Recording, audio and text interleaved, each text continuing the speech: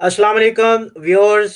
Pakistan today आज का पाकिस्तान में आपका होस्ट राना जहांजेब आपको वेलकम करता है।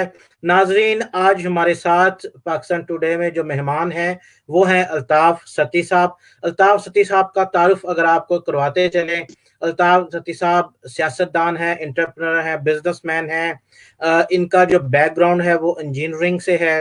ये इंटरनेशनल पॉलिटिक्स पे एक गहरी नज़र रखते हैं। ये इंग्लैंड में मुकीम होते हैं और पाकिस्तान भी और यूरोप में भी आते जाते रहते हैं। अस्सलाम वालेकुम अल्ताफ साहब।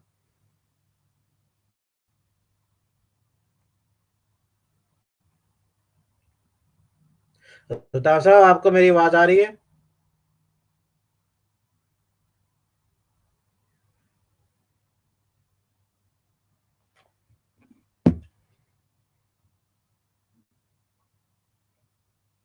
हेलो।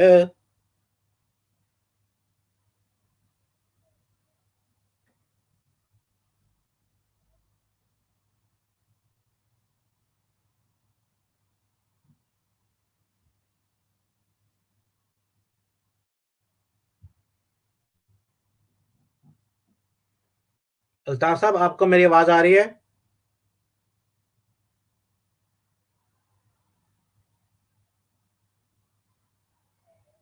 अल्ताफ साहब,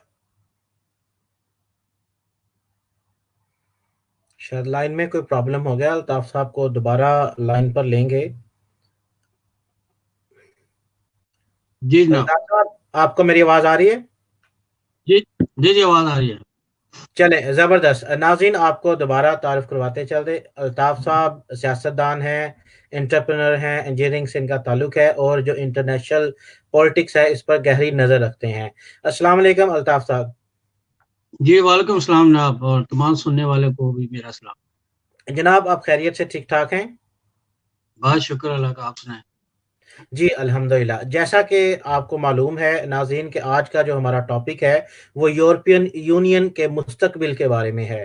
कि जैसा कि आपको मालूम है कि यूके जो है वो यूरोपियन यूनियन से निकल चुका है, उसकी एक डेट फाइनल हो चुकी है। उसके बाद दिसंबर के बाद यूके जो है वो यूरोपियन यूनियन का हिस्सा नहीं रहेगा। तो आज का जो मौजू है वो ये है कि जो यूरोपियन यूनियन है इसका आखिर मुस्तकबिल क्या है। बरतानिया के बाद जो और बहुत सारे बड़े-बड़े मुल्क हैं, तो क्या वो भी इसी तरह बरतानिया की तर्ज पर यूरोपियन यूनियन से निकलना चाहेंगे या कोई अलहदा नया ब्लॉक बनने जा रहा है?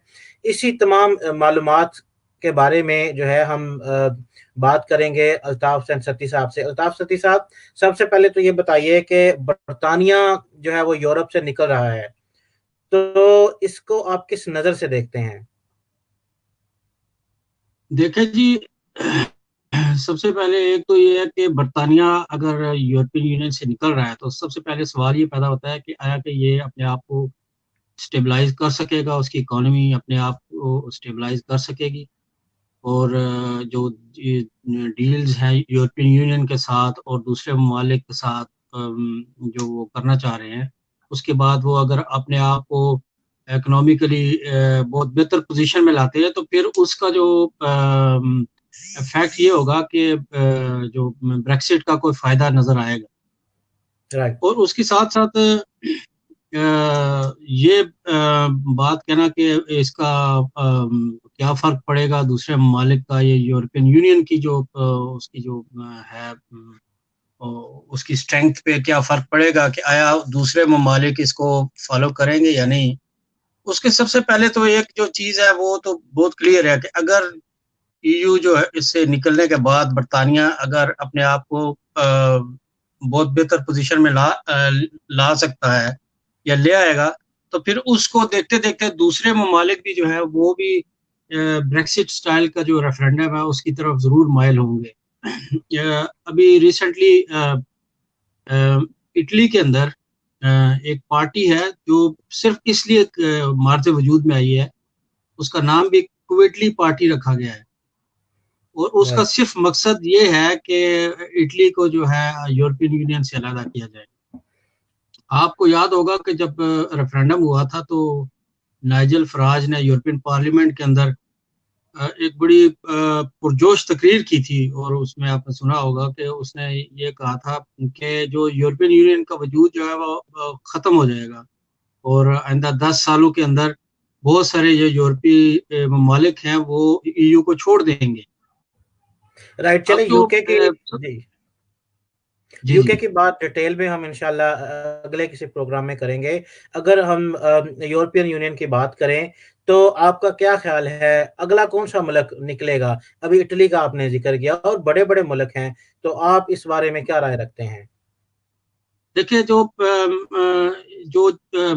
एक सेंटिमेंट्स हैं जिसको लोग कहते हैं कि यूरोस्केप्टिक सेंटिमेंट्स, जी, कि ये जो फीलिंग्स है ना, तमाम जितने भी ममालिक हैं, 27-28 ममालिक हैं, उसके अंदर जो है ये फीलिंग्स कहीं ना कहीं हर मुल्क में है। ठीक है, उसकी जी, परसेंटेज वेरी करती है हर मुल्क में। लेकिन जो एक जो नजरिया था कि यूरोपियन यूनियन किस लिए बनाई जाए, उसके बाद जो है ना लोगों की बड़ी डिससेटिस्फेक्शन है उसके ऊपर, यूरोपियन यूनियन की। क्यों, ज्यादातर आपने देखा होगा कि जब ब्रेक्सिट हुआ था तो उसमें दो इश्यूज को बहुत ज्यादा उठाया गया था। एक तो ये था कि हम अपने अपने बॉर्डर्स को बहुत हम कंट्रोल करेंगे। इसका मतलब क्या था कि बॉर्डर को कंट्रोल से मुराद है कि हम इमिग्रेशन को कंट्रोल करेंगे, ईयू के लोग हैं यहाँ पर और दूसरे नॉन ईयू के लोग, उनको जो है हम यहाँ पर उनकी जो पॉपुलेशन है उसको कंट्रोल करेंगे। और ये जो फीलिंग्स है ना, इमिग्रेशन की फीलिंग्स, ये तमाम ममालिक के अंदर अगर आप पोल उठा के देख लें तो उसमें लोगों से पूछे हैं कि भाई यूरोपियन यूनियन ने किस तरह इमिग्रेशन को टैकल किया है फ्रॉम नॉन ईयू कंट्रीज, तो उनके ज्यादातर लोग यही कहते हैं कि European Union fail to tackle this situation. ठीक है, इस चीज को जो है वो कामयाब नहीं हो सका। तो इस वजह से जो है ना लोगों के अंदर एक फीलिंग्स है कि हमें यूरोपियन यूनियन में रहना चाहिए या नहीं रहना चाहिए। अब एक जो इम्पोर्टेंट चीज है वो जिसको बहुत सारे लोग या नाजरीन शायद ये बात समझ ना सकें, कि वो है कोरोना पेंडेमिक। कोरोना वायरस का जो पेंडेमिक है, इसका जो असर है इकोनॉमिकली पूरी दुनिया में है। लेकिन यूरोपियन ममालिक के अंदर भी इसका बहुत बड़ा असर है, स्पेशली जो इटली है वहां पर बहुत ज्यादा हालात खराब है। आज एक यूएस इकोनॉमिस्ट है न्यूयॉर्क की यूनिवर्सिटी में, उनका मैं एक कॉलम पढ़ रहा था, तो उसमें वो लिख रहे थे कि बहुत ज्यादा जो है ना इस वक्त इटालियन जो इकोनॉमी है वो डिप्रेशन की तरफ है। ठीक है, और इटली जो है सबसे सबसे पहला मुल्क वो हो सकता है कि इसके बाद जो है इटली जो है इंग्लैंड को यूके को फॉलो करे। और ऑलरेडी जो उसकी जो पार्टी मर्ज वजूद में आ चुकी है, जिसका नाम भी इटली पार्टी रख दिया गया है। तो अब इसका आप अंदाजा लगा लें कि हालात कहाँ पर हैं। और इसके साथ साथ जब ईयू के साथ जब ये निगोशिएशन कर रहे थे, स्पेशली टेरेसा मे के टाइम जब ये निगोशिएशन हो रही थी, तो वहां पर एक डेनमार्क से एक एमईपी थे, उनके जो मेंबर ऑफ यूरोपियन पार्लियामेंट, उन्होंने उनको बहुत स्ट्रांगली उनको वार्न किया था कि अगर आप ये इस तरीके से कर रहे हैं, यूके के ऊपर क्रिटिसाइज कर रहे हैं और उनके उनको जो डील की तरफ वो बात कर रहे हैं उसकी उनकी बात नहीं मान रहे, तो Denmark can be the next country to leave EU. ठीक है, और मतलब इस तरह की जो फीलिंग्स हैं नेदरलैंड के अंदर भी है, फ्रांस के अंदर भी एक पार्टी है जो इस बिल्कुल इस तरह की फीलिंग्स रखती हैं। ठीक है, और जर्मनी के अंदर भी है। और जहां तक बेल्जियम का तल्लक है, मतलब ईयू के अलावा भी बेल्जियम के अंदर भी बहुत ज्यादा एक रिफ्ट है। एक फ्रेंच स्पीकिंग लोग हैं और दूसरी तरफ जो नॉन फ्रेंच स्पीकिंग लोग हैं, उनके दरमियान इंतहाई ज्यादा हर वक्त तनाव की सूरत रहती है। और वो तो ज़ाहिर है अगर हम बेल्जियम के बारे में प्रोग्राम करें तो हम तफसीली बात कर सकते हैं। लेकिन अब आप खुद अंदाजा लगा लें कि यूरोप के अंदर भी जो एक बहुत बड़ा हर तरफ से तनाव है, और स्पेशली जो कोरोना की वजह से जो इकॉनमी डिस्टर्ब हुई है। हाल ही में इन्होंने जो एक लोन का जो एक फंड कायम किया है, जिसमें जर्मनी और फ्रांस ने 500 बिलियन यूरो का जो किया है टू टैकल, सिर्फ इसलिए कि जो भी अफेक्टेड कंट्रीज हैं यूरोप के अंदर, उनको उनकी मदद की जाए। लेकिन ये जो खतरा है इस वक्त वो सबसे बड़ा ये है कि 1 साल के अंदर, और या हो सकता है इससे भी पहले, यूरोजोन से इटली जो है वो निकल जाए, उसका बहुत ज्यादा, उसको अपने मसाइल बहुत ज्यादा नजर आ रहे हैं, और उनको नजर, ये चीज नजर नहीं आ रही कि उनके जितने भी मसाइल हैं वो यूरोपियन यूनियन उनके हल कर पाएगा। तो जब इस कंडीशन में जब हुकूमत आ जाए तो लोग भी फिर सोचने पर मजबूर हो जाते हैं कि यार हमें इस यूरोपियन यूनियन के अंदर रहने का क्या फायदा। तो ये जो चीज बहुत ज्यादा अलार्मिंग है ईयू के लिए, स्पेशली जो कोरोना वायरस के बाद जो सूरत हाल बनी है, उससे उससे बहुत सारे लोग मुतासर हुए हैं। अच्छा अल्ताफ साहब, आपने इटली के मुतालिक बड़ी तफसील से बताया। ये बताइए कि इटली और इटली के बाद जो दूसरे मुल्कों के बारे में आपने जिक्र किया, क्या उनके जो दिलों में एक फेयर बढ़ा है यूरोप से निकलने का, क्या वो फेयर इस हद तक जा पाएगा कि वो रेफरेंडम करवा सकें अपने मुल्क में, जिस तरह के बरतानिया में रेफरेंडम करवाया गया था? देखिए, सबसे पहली बात मैंने पहले भी जिक्र किया कि अगर इंग्लैंड यूके जो बाहर निकलता है, जब पूरी तरह बाहर निकला, अभी तो ट्रांजिशनल पीरियड है, और जी। उसके बाद जो है उसके जो हालात हैं वो अपनी डील के साथ मामलात को सुलझा लेगा और ट्रैक पर चढ़ पड़ेगा। तो इसकी इसकी देखा देखी जो है ना, बहुत सारे ममालिक को ये बहुत ज्यादा इंकरेजमेंट मिलेगी कि हम ईयू से बाहर निकले। तो भाई, अगर यूके जो खड़ा हो गया है तो हमें ईयू में रहने का क्या फायदा।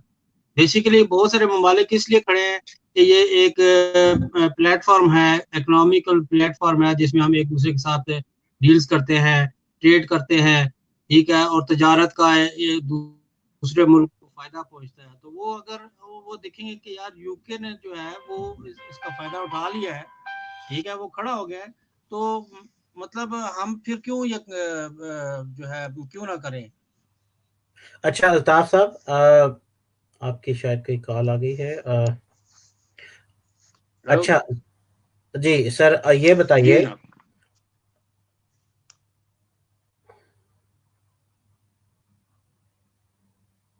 आपको मेरी आवाज आ रही है अल्ताफ साहब?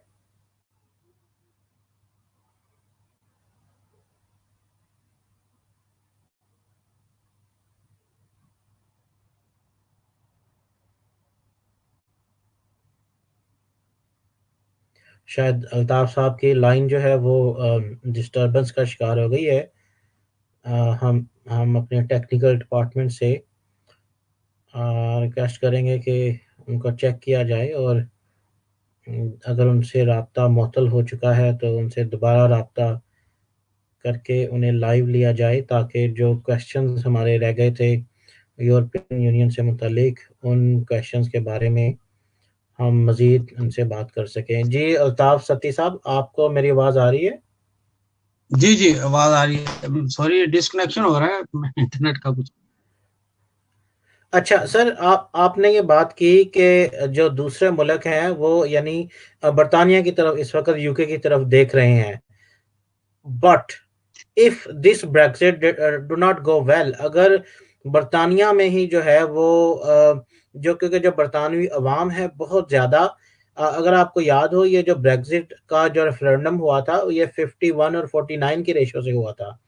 तो अब इसके बाद मेरा ख्याल है बहुत सारी मेजॉरिटी जो है वो ऐसी है कि जो ये सोच रही है कि अगर खुदा ना खास्ता कहीं जो यूके की इकॉनमी है वो बैठ तो नहीं जाएगी, यूके की इकॉनमी का क्या बनेगा? और अगर ये ब्रेक्सिट जो है अगर अच्छे तरीके से ना हो सका तो उसका फिर क्या बनेगा? जो दूसरे ममालिक सोच रहे हैं तो वो उस वक्त फिर क्या सोचेंगे?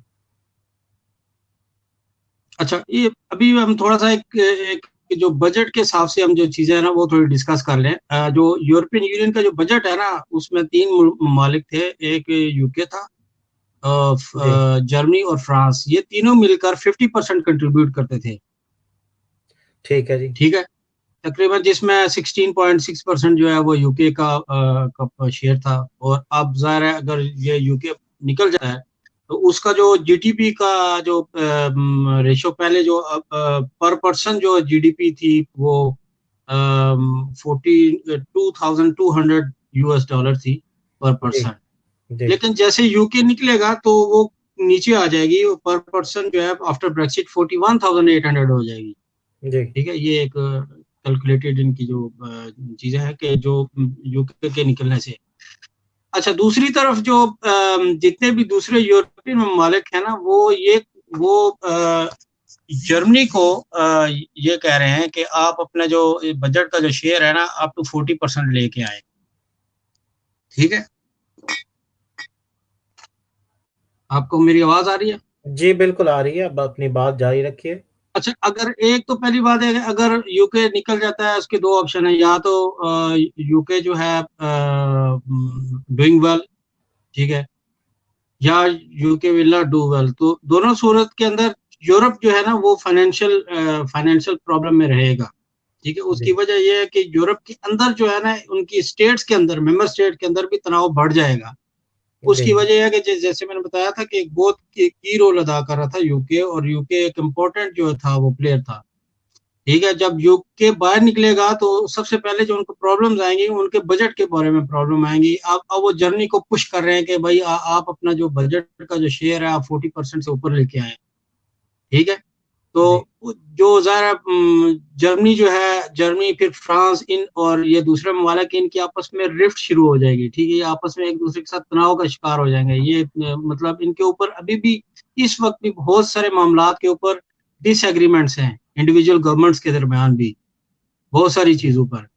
तो इन सूरत हाल को देखकर मेरे नजदीक ये है कि ये तो एक हमने एक बताया ना कि एक चांस है या एक बहाना बनेगा दूसरे मालिक को, एक इंकरेजमेंट मिलेगी यूके अगर बेहतर करता है, कि भाई हाँ भाई उन्होंने ठीक कर लिया तो हम भी ठीक कर सकते हैं इसके बगैर, कि भाई हम हमारी लड़ाई तो वैसे भी पहले ही है, पहले अभी आपस में हम एक दूसरे के साथ लड़ रहे हैं। ठीक है, तो वो उनको एक इंकरेजमेंट का एक जो फैक्टर है उनको मिल जाएगा कि भाई हम क्यों ना फिर यूरोपियन यूनियन से बाहर निकले हैं। ठीक है, अगर यूरोपियन यूनियन से वो बेहतर नहीं करते तो फिर भी उनके दरमियान में आपस में उनके बहुत सारे मसाइल हैं यूरोपियन यूनियन के मेंबर स्टेट के भी, जिसकी वजह से यूरोपियन यूनियन की जो बका है और उसकी जो एग्जिस्टेंस को खतरा है। जी। तो ये देखें, यूरोपियन यूनियन का जब फंड इकट्ठा था तो उसमें जो छोटे ममालिक हैं जाहिर है वो ज़्यादा गेन करते थे, जो बड़े ममालिक हैं वो शायद इतना ना गेन कर पा रहे हों, बल्कि वो कंट्रीब्यूट ज़्यादा करते हों। शायद यही जी वजह जी थी कि यूके के निकलने का बायस भी यही बना कि जो यूके की आवाम थी वो ये कहती थी कि हम बहुत ज़्यादा कंट्रीब्यूट करते हैं और हमें इससे फ़ायदा इतना होता नहीं। तो आपका क्या ख्याल है कि यूके के निकलने के बाद ज़ाहिर है वो इकॉनमी ईयू की जो है इकोनॉमिकली वो नीचे चली जाएगी। तो वो फिर जो छोटे मुल्क हैं वो गुज़ारा कैसे करेंगे?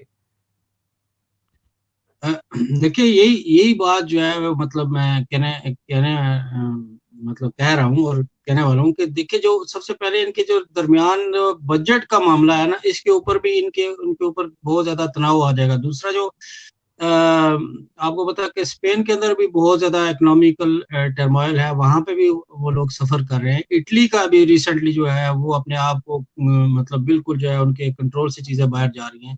तो वो अब वो अपनी इकोनॉमी को संभालेंगे या बजट की तरफ। आपको पता है जो की मेंबर्स हैं, मिसाल के तौर पे जो इसमें इटली है, जर्मनी है, फ्रांस है और ऑस्ट्रिया है, ठीक है, नेदरलैंड है, ये की ममालिक हैं। अगर इनमें से एक भी अगर मुल्क एग्जिट हो गया तो फिर तो आप समझ लें कि ये तो डाउनफॉल तो बिल्कुल शुरू हो जाएगा, क्योंकि ये यूरोपियन यूनियन इकोनॉमिकली सरवाइव कर ही नहीं सकेगी, इसको एज ए वन प्लेटफॉर्म रख ही नहीं सकेगी, क्योंकि बजट का मसला आ जाएगा और बहुत सारे मसाइल शुरू हो जाएंगे। तो तमाम जो ममालिक हैं वो फिर ये कहेंगे भाई कि अगर ये ईयू का जो पर्पस है इकट्ठा करने का, वो उसमें तो हमें को फायदा नजर ही नहीं आ रहा, तो हम ईयू के अंदर क्यों रहें, ईयू के लॉज को हम क्यों इम्प्लीमेंट करें। ठीक है, और आपको ये बात पता होनी चाहिए कि हर मुल्क के अंदर इमिग्रेशन के मामलात हैं, इमिग्रेशन के मसाइल हैं। ठीक है, और वो उस चीज को जो है टैकल करने के लिए उन्होंने ईयू बनाई थी, और ईयू की प्रॉपर फंडिंग होती है इस सिलसिले में। इटली को बहुत ज्यादा फंडिंग मिलती है। इटली के अंदर भी आपको पता है कि सबसे ज्यादा लोग शिप्स और बोट्स के जरिए इटली के अंदर दाखिल होते हैं, इलीगल दाखिल होते हैं। ठीक है, और वहां पे भी बहुत सारे इमिग्रेशन मसाइल है। ठीक है, तो ये जो चीजें हैं ये सारी मिलकर ये ईयू के ऊपर बहुत ज्यादा प्रेशर डालेंगी। ठीक है, और इनके अलावा भी जो कॉन्स्टिट्यूशन के मसाइल होते हैं उनके भी उधर भी कोई ना कोई इश्यूज चलता रहता है। लेकिन ये जो मेन चीज है इकोनॉमिकल ठीक है। और जो इसके अलावा जो कंट्रीब्यूशन ऑफ द बजट, ये जो मसाइल है जिसकी वजह से यूरोपियन यूनियन कोलैप्स होने के बिल्कुल करीब आ जाएगा। राइट जी। बहुत शुक्रिया, आपने बड़ी अहम मालूमात हमारे नाज़रीन के लिए इस प्रोग्राम में दी। अल्ताफ़ सती साहब, ये बताइएगा कि अगर जैसे कि आपने बताया कि यूके के निकलने के बाद अगर एक और बड़ा मुल्क भी निकल जाता है जो कि फ़ाइनेंशियली कंट्रीब्यूट कर रहा है, तो ईयू जो है वो स्टैंड आउट नहीं कर कर सकता। तो आपका क्या ख़्याल है, क्योंकि आपकी गहरी नज़र है इंटरनेशनल पॉलिटिक्स पे, तो आपका क्या ख्याल है कौन सा मुल्क होगा अगला जो होगा यूके के बाद? देखिए, यूके के बाद तो नजर जो आ रहा है इस वक्त, जो सूरत हाल है वो तो इटली नजर आ रहा है। ठीक है। ठीक और है। इटली के बहुत ज्यादा चांसेस हैं। डेनमार्क वालों ने ऑलरेडी इसका इशारा तो दिया है कि हम भी निकल सकते हैं। ठीक है, उसकी भी कुछ रीजंस हैं। और डेनमार्क वाले भी डेक्सिट के नाम से उनकी जो एक टर्मिनोलॉजी आ गई है मार्केट में, कि इटली राइट। का क्विटली। ठीक है, बल्कि क्विटली पार्टी भी बन गई है। जी, तो जी। और उसके अलावा दूसरे जो कैपिटल्स हैं, जिसमें जर्मनी है या दूसरे फ्रांस है, ये तो मेन हैं। और इनमें से अगर एक भी कल निकलना निकलना चाहे या निकल गया, फिर तो यूरोपियन यूनियन का तो सवाल ही पैदा नहीं होता कि यूरोपियन यूनियन एग्जिस्ट कर सके। तो ये चीजें जो है ना बहुत ज्यादा अलार्मिंग है ईयू के एग्जिस्टेंस के लिए। और दूसरी तरफ आप ये देखें कि जो इन चीजों का फायदा भी होता है। इस थोड़ा सा हम जरा ईयू से हट के जाएं, तो उसमें आप ये देखें कि जो ट्रांस अटलांटिक जो ओशन है, उसके अंदर जो मेंबर्स है, मसलन अमेरिका एक तरफ है, दूसरी तरफ ये ईयू है, इनके दरमियान भी बहुत सारे प्रॉब्लम्स आ रहे हैं। ठीक है। और अमेरिका क्या करता है कि वो अपने मामलात को फायदा पहुंचाने के लिए छोटे ममालिक से या दूसरे ईयू के मेंबर से उनके साथ कोई ना कोई ट्रेड डील करने के चक्कर में होता है। उनको उनके जो यूरोपियन ममालिक को भी आपस में लड़ाता रहता है लिवरेज हासिल करने के लिए किसी भी पर्टिकुलर इशू के लिए। तो ये चीजें भी साइड बाय साइड एग्जिस्टेंस हैं इनकी। ठीक है। और बहुत सारे मामलात पर इन इन ममालिक के भी आपस में बहुत बहुत ज्यादा तनाव भी देखा जाता है। ठीक है। और जिसकी वजह से अमेरिका ऑब्वियसली फायदा उठाता है। और तो उसका नुकसान ये हुआ है कि जितने भी एम्बेसडर्स हैं यूरोपियन कंट्रीज के वाशिंगटन में, वो बिल्कुल डिससेटिस्फाई वो हैं जो ट्रम्प इंतजामिया से। वो ये कहते हैं कि यार ये बंदा जो है ना, इसने तो मतलब उनकी कोई भी जो है ना हैप्पी है ही नहीं। और वो इस नहज पे आ चुके हैं कि वो कहते हैं कि भाई हमने अब अमेरिका के साथ चलना ही नहीं है बिल्कुल। ठीक है। और उसको अब सुपर पावर भी नहीं मानना। तो अब ये जो चीजें इंटरकनेक्टेड होती हैं। देखिए, कोरोना जो है, कोरोना के जो मसाइल हैं वो अपनी जगह है। उन्होंने बहुत सारे इकोनॉमी को तबाह किया है यूरोप के अंदर, जिसकी वजह से मसाइल शुरू हो गए हैं। उधर से जो इकोनॉमिकल और जो पॉलिटिकल जो इन्फ्लुएंस है चाइना का, वो यूरोपियन यूनियन के अंदर आ रहा है। ठीक है। अभी कुछ अर्सा पहले जो जो इंडिया जो चाइना की दरमियान जो प्रॉब्लम्स हुई थी, उसके अंदर यूरोपियन यूनियन डिवाइड हो गया था। कुछ यूरोपियन यूनियन कुछ और कह रहे थे और कुछ और इस तरह करते करते उनके उनकी जो एक जॉइंट स्टेटमेंट थी वो भी नहीं आ सकी कि भाई इंडिया इंडिया के ऊपर जो एग्रेशन हुई है चाइना की तरफ से, उसके बारे में हम कौन सी स्टेटमेंट दें। ये तो ज़ाहिर है ये कि जो चीजें चाइना है ना, इससे साफ जाहिर हो रहा है। जी। चाइना जो है वो बहुत बड़ी इकोनॉमिकली के जो इकोनॉमी के हवाले से बड़ी सुपर पावर है। तो अगर ये यूरोपियन यूनियन टूटने पे आता है, तो अमेरिका और चाइना की जो पॉलिसी है, इकोनॉमिक पॉलिसी है या जो फॉरेन पॉलिसी है ईयू के हवाले से या ईयू के अंदर जो कंट्रीज हैं उनके हवाले से, उसमें कोई वाज़िया फ़र्क देखने में आएगा? देखिए जी, मुझे जो चीज नजर आ रही है वो वाज़ेह फर्क ये है कि यूरोपियन यूनियन पे डिवाइड हो जाएगा। यूरोपियन यूनियन के कुछ ममालिक ये किधर चले जाएंगे और कुछ ममालिक जो है आपको शायद याद होगा कि कोई 2 हफ्ता पहले या 3 हफ्ता पहले यूरोपियन एम्बेसडर था। उन्होंने उन्होंने बिल्कुल क्लियरली वाज़ेह तौर पे एक बयान दे दिया था। और बड़ा एक शिफ्ट जो होता है, एक पॉलिसी शिफ्ट है, वो उसके ऊपर बयान दिया था कि उन्होंने अमेरिका को बेसिकली इनकार कर दिया था कि अमेरिका एक सुपर पावर है। उन्होंने ये कहा था कि भाई अमेरिका जो है, अमेरिका के अंदर अब सलाहियत ही नहीं रहेगी सुपर पावर की, अब हम चाइना की तरफ देख रहे हैं, ठीक है ना।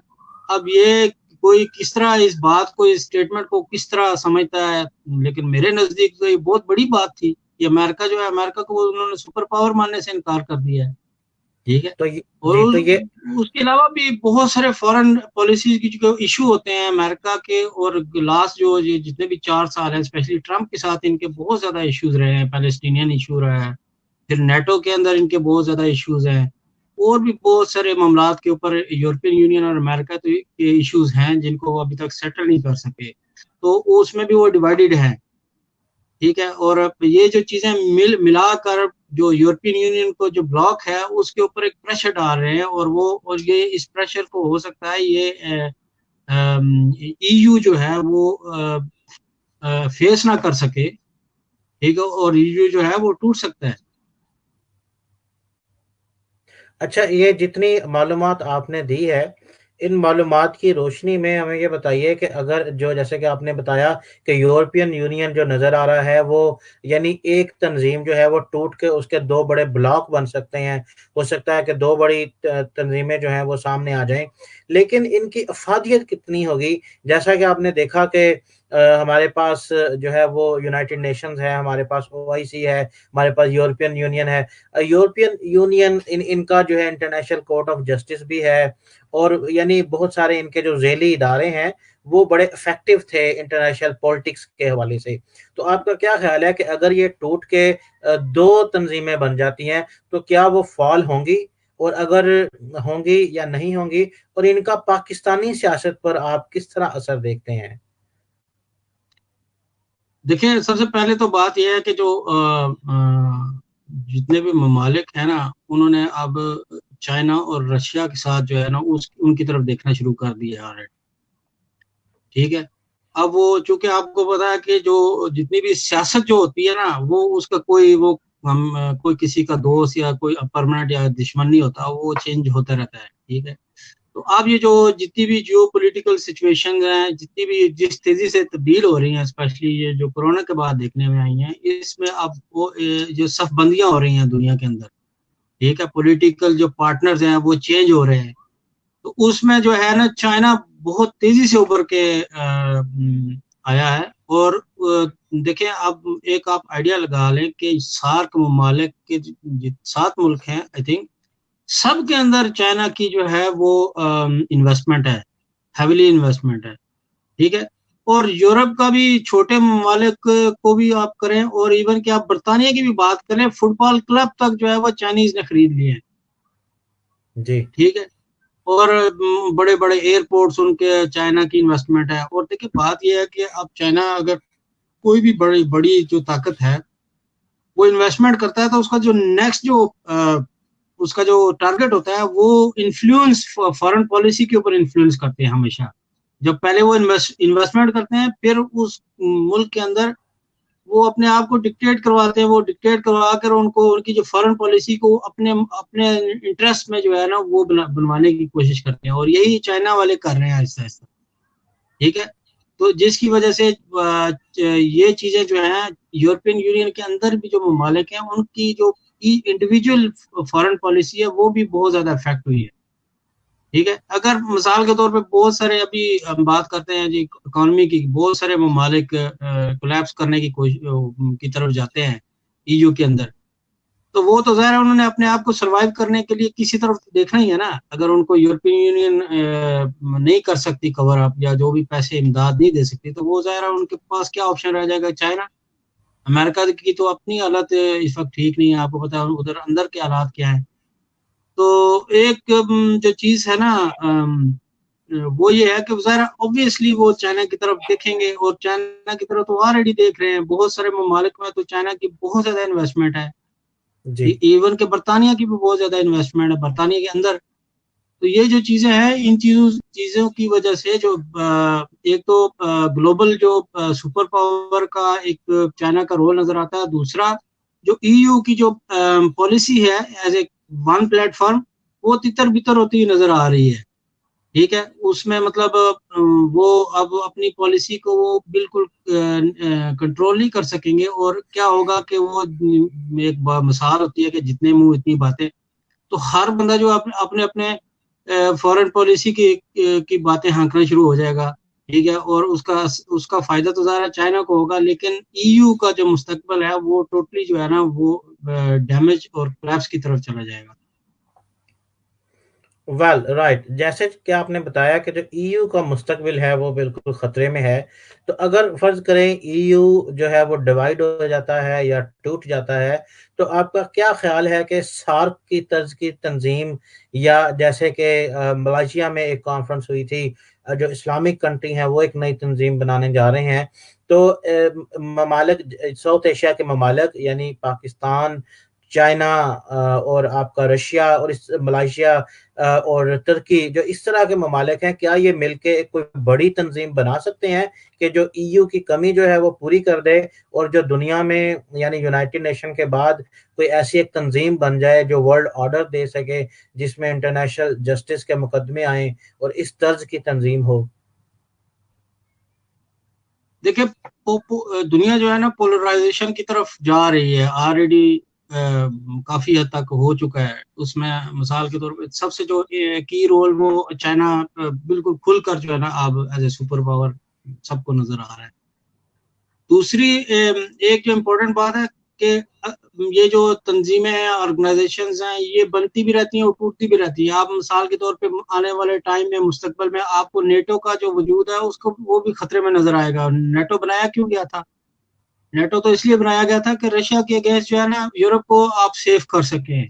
ठीक है, क्योंकि उस वक्त जो सोवियत यूनियन की एग्रेशन थी उसको रोकने के लिए इन्होंने, यूरोपियंस ने क्या कहा था कि हमने अमेरिका के साथ मिलकर अपने आप को सेफ करना है उसकी एग्रेशन को रोकने के लिए। कल अगर रशिया जो है यूरोप का दोस्त बन जाता है तो उसका क्या वजूद रह जाएगा, मुझे आप ये बताएं। उसका तो इफादियत ही खत्म हो जाएगी। ठीक है ना, तो ये ब्लॉक्स जो हैं, ये जितनी भी चीजें हैं, ये टूटती भी रहती हैं और नई भी बनती हैं। नई नया भी वजूद आ सकता है, नया ब्लॉक वजूद में आ सकता है। और ये भी हो सकता है कि जरा मैं मतलब मेरे नजदीक जो यूरोपियन यूनियन जो है उसके इंडिविजुअल कंट्रीज भी इकोनॉमिकली वो इतने ज्यादा मजबूत नहीं रहेंगे और कमजोर होंगे। ठीक है, उसकी बहुत सारी वजूहत हैं जो कि हम इस प्रोग्राम में ज़रा कवर अप नहीं कर सकते। लेकिन जब ये कमज़ोर होंगे तो वो ज़रा, जब कमज़ोर कोई भी शख्स होता है, जो मुल्क होता है, वो किसी ना किसी ब्लॉक में फिर जाने की कोशिश करता है। तो ऑब्वियसली जो ब्लॉक्स होंगे वो डिफरेंट ब्लॉक्स की जो है वो तरतीब नज़र आएगी हमें मुस्तकबिल के, हो सकता है 5-10 साल के अंदर। लेकिन डेफिनेटली जो हम बात कर रहे हैं, हम coming back to our main topic, कि जो यूरोपियन यूनियन का जो कोलैप्स है ना उसको, या अगर वो इतना जल्दी भी नहीं होगा, लेकिन उसके अंदर जो दरारें हैं ना वो पड़ना शुरू हो गई हैं, वो आहिस्ता आहिस्ता वो चीजें कमजोर होना शुरू हो गई हैं। या आप एक मिसाल ले लें कि वो एक बिल्डिंग है यूरोपियन यूनियन, बिल्डिंग के अंदर एक वो जो बोंचाल है वो आना शुरू हो गया है। ठीक है, और ये बोंचाल कितना हद तक इस चीज को नुकसान पहुंचाएगा ये तो आने वाला वक्त या 2 साल ही बताएंगे। या पोस्ट ब्रेक्सिट जो है, ये जो जनवरी के बाद जो यूके की सिचुएशन है वो इस चीज को वाजे करेगी। और इटली की जो सिचुएशन है, इकोनॉमिकल सिचुएशन, वो इस चीज को डिफाइन करेगी कि यूरोपियन यूनियन का मुस्तकबिल क्या है। लेकिन जो रिजल्ट आ रहे हैं, जो डेटा इस वक्त है, जो मामलात हैं, जो सिचुएशन है, उसके मुताबिक यूरोप का एज ए ईयू या यूरोजोन में रहना वो इंतहाई मुश्किल है, और उसकी जो एग्जिस्टेंस है वो खतरे में पड़ गई है। राइट जी। हमारे प्रोग्राम का तकरीबन वक्त भी ख़त्म हुआ चाहता है, तो इससे पहले हम आखिरी सवाल आपसे करेंगे। अल्ताफ सती साहब, जैसा कि आपने देखा कि खबरों में आता रहता है कि जो स्कॉटलैंड है उसकी पोजीशन बड़ी डिफरेंट है बाकी आपका इंग्लैंड और वेल से। तो आपका क्या ख्याल है कि स्कॉटलैंड के साथ क्या होने जा रहा है, और क्या स्कॉटलैंड जो है वो यूरोपियन यूनियन का हिस्सा रहेगा, या यह है कि यूके बाद में पछताएगा, और यूके एज अ होल, और स्कॉटलैंड के बारे में थोड़ा सा तफसीली हमारी नाज़रीन के लिए बताइए। ये भी एक बहुत बड़ा एक प्रोग्राम ही है ये स्कॉटलैंड का।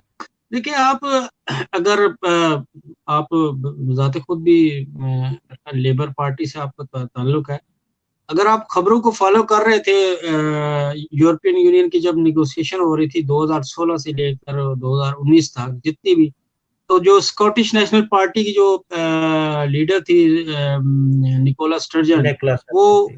वो तकरीबन हर प्रोग्राम हर फोरम पे आके उन्होंने इस बात का, ये दो बातों को उन्होंने कंप्लीटली और क्लियर जो है वो डिक्लेयर किया। उन्होंने कहा जी कि हम सिंगल मार्केट में रहना चाहते हैं, ठीक है, नंबर एक।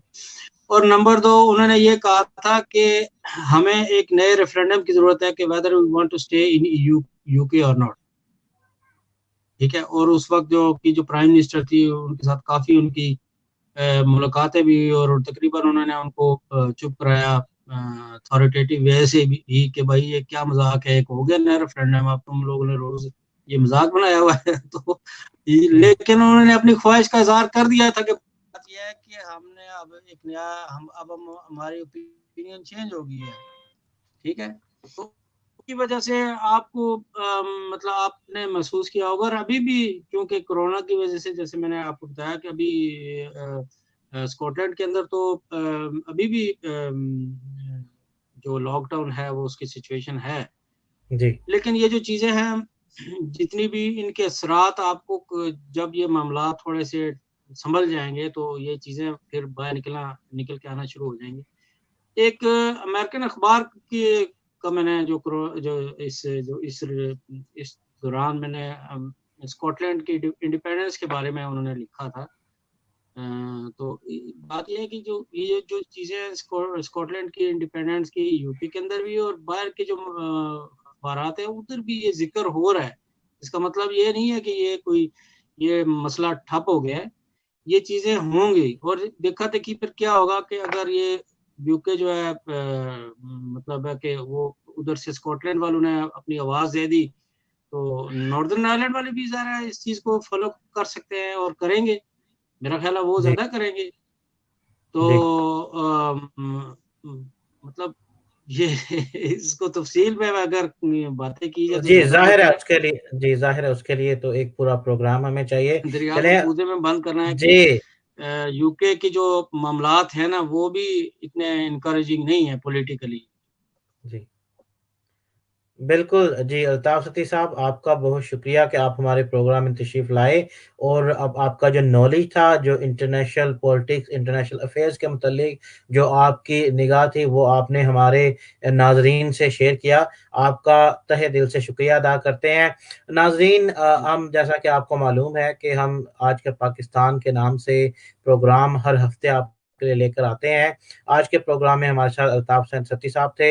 हम कोशिश करेंगे कि इनको दोबारा किसी इंटरनेशनल जो पॉलिटिक्स के हवाले से किसी अहम टॉपिक पर इनको दोबारा लेकर आएँ। तब तक के लिए हमारे साथ रहिएगा। नेक्स्ट वीक फिर आपसे मुलाकात होगी। अस्सलाम वालेकुम। Thank you.